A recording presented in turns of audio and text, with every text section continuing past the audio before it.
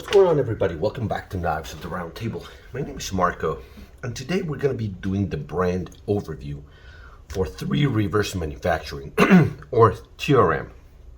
And this is one that I need to thank Kevin from Knife Nerdery, because 66% of the knives that I have here are knives that he sent me. I originally, told him that I wanted to check out the Shadow. He told me that I should also check out the Atom, and he sent both of these to me, and I think it's incredibly generous of him. So I'm gonna leave this here as a reminder to everybody to go check out his channel.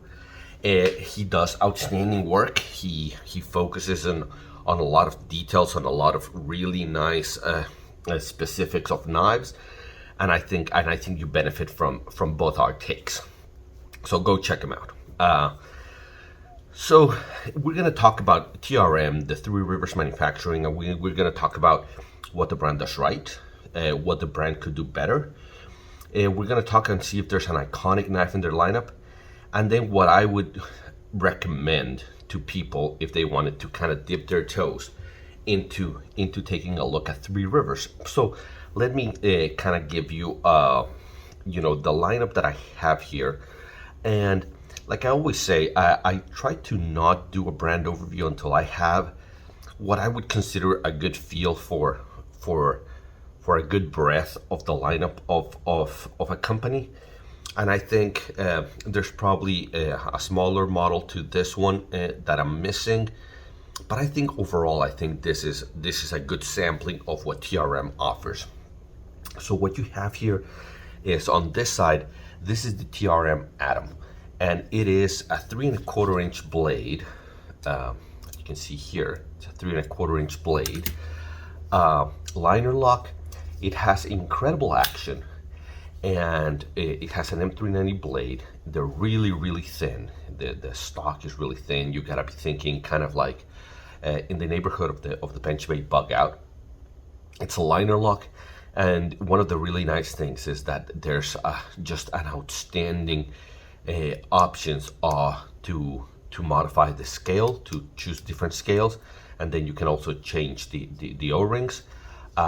It's very, very slim in pocket, has a deep carry pocket clip, and this is probably one of the most popular model from TRM.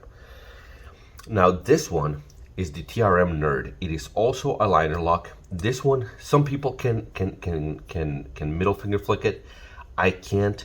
I saw that Kevin, for his Nerd, he did a mod where they cut out the hole so that people could middle finger flick it. I think that's what I would need to do. For me, it's kind of a slow rollout. It's a very small knife, but you can still get, kind of a 4-finger grip on it if you choke up on the finger choil. I wear large gloves, so even though it's a very small knife, and this one we're talking, look, it's about 2 1/8 inch blade. We're talking 5.5 inches overall, so a very small knife, kind of a 5th pocket almost kind of knife. And then the big brother to this, so these two have very similar blade shapes, handle shapes, profile. It looks very similar, but this is a big boy knife, right? This is I wear large gloves, and this is, I can get a 4-finger grip even when I'm not choked up. Again, you got a really thin blade grind, but these two come in this reverse tanto sheep's foot kind of blade. Now this one is different in that it has an access lock, so this is completely ambidextrous. Again, deep carry pocket clip, but they have an access style lock. I'm gonna call it that. I think they call it something else, and I don't know what they call it, but it's very similar. So that's kind of what you have. Again, just like there's a large version and a small version, this is the large version. There's a small version of kind of this knife. So. But I think for the purposes of trying to talk about TRM, I think this is a good representation of what they offer.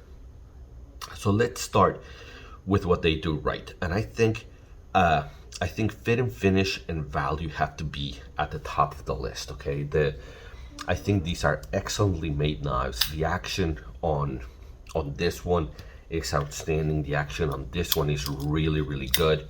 The action on this one is, at least in my large, clumsy hands, I can't get it to. I can't middle finger flick this one. So I'm gonna try the hole punch modification on my Nerd and see if that gets it there. But I think these knives are $200 or thereabouts, give or take. And for the most part, you get a really nice thin blade. It's very nicely ground. They come really sharp. Like I said, the only one that's been mine is this one, which is the one that I ordered, and it came really sharp. So I'm willing to bet, these are still sharp, but these are Kevin's knives, so they've been used. But I'm willing to bet that they came really sharp out of the box. So I think fit and finish is something that they do really well, and the value here for what you get, it's really hard to beat. For something like this, I think this is, I don't know, $250, $275 or something, for an Axis style lock with this type of blade, with this fit and finish.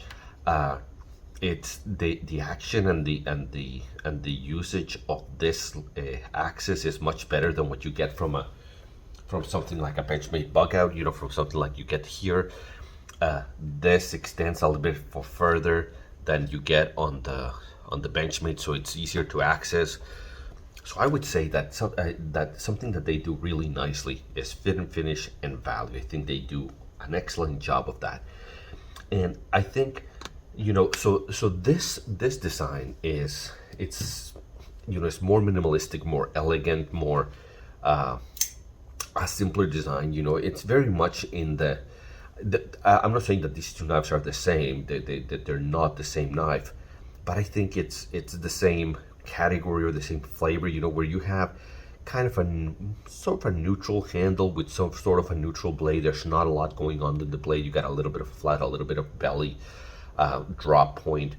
There's nothing crazy going on that blade. So what I think is they do really well, at least with these two. I think the design on these two is just outstanding. I like the lines very much of the Nerd and the Shadow. I think the design of these, the looks, the appeal, the cutting, the reverse tanto sheep's foot blade, I think it's just really nice, and I think it's something that the company does really well. I have knives with this type of blade grind. Even like the Herman Sting has this type of blade. The Shirogorov has this type of blade, and I like those knives quite a bit. But if I had to pick, which one I like the most, I like this blade grind and this style of a knife better than this one, in my opinion. So I would say that's something that the brand does right. I think the design on these is really good. So, like I said, I think they do a lot of things right. I think they're a good company. But if we talk about what the company could do better, I would have to say availability. I would have to say the availability, especially availability of the Shadow. So they've stated that this one's the hardest to make, and I can imagine, it's got more going on, with the access lock and all those things. So this one are by lottery only. You have to kind of sign up and hope that you get it, and they come in batches of 25, and it's hard to get. So availability, in my opinion, is kind of a big problem, right? It's such a good knife. It's such good value. It's so well made that it kind of sucks that it's kind of limited into the number of knives that they make.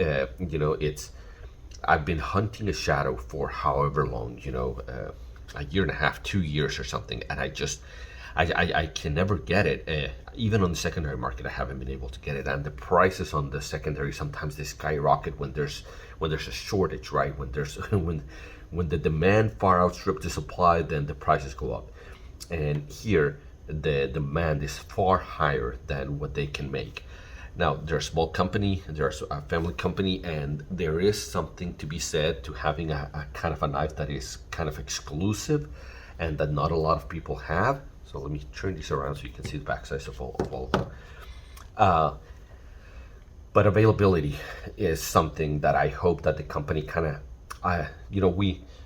it's kind of a catch-22, right? Because we want them to increase the availability, we want them to increase production, but we want to keep the same price and we want to keep the same quality. So obviously we want our cake and we want to eat it too. But if I had to, I just hate the lack of availability, because I really want a shadow. I really want a shadow, and I haven't been able to get one. And most of these you can't get right now in their website. You have to kind of follow them and see when they're going to drop, and then hope that you're able to get in on the drop. When they do, they sell out in minutes. So you're going to have to be very ready with your click to be able to purchase them. So I would say that the action could be better on the TRM Nerd. I think Kevin suggested to them that they do like a hole instead, and they do like their logo over to the side, and I think they're gonna do that. So man, I think that's gonna be really nice. But for right now, I can't deploy this knife. My hands are just too big, and I can't middle finger flick it. So one thing that I think the brand overall could do better is availability. I think it's very hard to get these knives right now, and it drives the secondary markets crazy, and it drives me a little bit insane. So iconic knife, I think, I'm not sure iconic is the word here. They haven't been around for all that long to make a knife iconic. The Sebenza, has been around for 30 years or whatever. So it rises, right, with over time. Its legend grows. XM18, its legend grows. Those kinds of knives. These I don't think have been around that long to become that iconic. But I would think that the Atom is the one that is mostly associated with the brand. So I think if I had to pick like a knife that defines kind of the brand, I would think that most people's minds go to the Atom when they're thinking of TRM. Again, I like the Shadow more, but I think as far as iconic or recognizable knife in the brand, I think that the Atom is the one. The Neutron is kind of a smaller version of this, could also be it. But I think at 3¼ inches, a lot of people would consider this the flagship and the other one's kind of a mini version of the flagship. So I would say iconic knife in the brand, I would say that the Atom is probably it. Now, if you've heard this review, if you've heard this brand overview, I think you know by now that if I had to recommend a knife in their lineup, I would go with the Shadow. I think this knife is just incredible. First, if you're trying to dip your toes into getting one of these knives, the familiarity with an Axis style lock that a lot of people get from having a Benchmade carries over here. And this, I think, is kind of an evolution, the next step in progress of the Axis style lock. It works a little bit better. You can take it apart. It has a Torx here that you can take it apart. It's a little bit, it extends a little bit, so it's easier to access. The shape of this, the ergonomics are outstanding. Again, the fit and finish is really nice. I love the pivot with the little seashell kind of milling there. If I were to recommend a knife to a family member, I would tell them, if you have a chance to buy this one, then buy that one. That's the one. I think for a lot of people, they would prefer the Atom, but my recommendation, my personal recommendation based on my personal preference, even though it's a much chunkier boy, it's more of probably a more aggressive design, but I would recommend the Shadow. Well, guys, again, I want to thank Kevin from Knife Nerdery. Really, the review of the Atom, the review of the Shadow, and the brand overview would not be possible if he had not let me borrow these knives. So, Kevin, thank you so much. Go check him out. I'm gonna link to his YouTube channel. He's been crazy generous, and I certainly appreciate it, guys. Hopefully you've enjoyed it. Hopefully this is helpful to you to take a look at kind of the entire brand of Three Rivers Manufacturing. And if you did, then like and subscribe. Don't get notified. Nobody likes to get more emails. You know where to find my content if you want to see my videos. And until I see you at the next one, take care.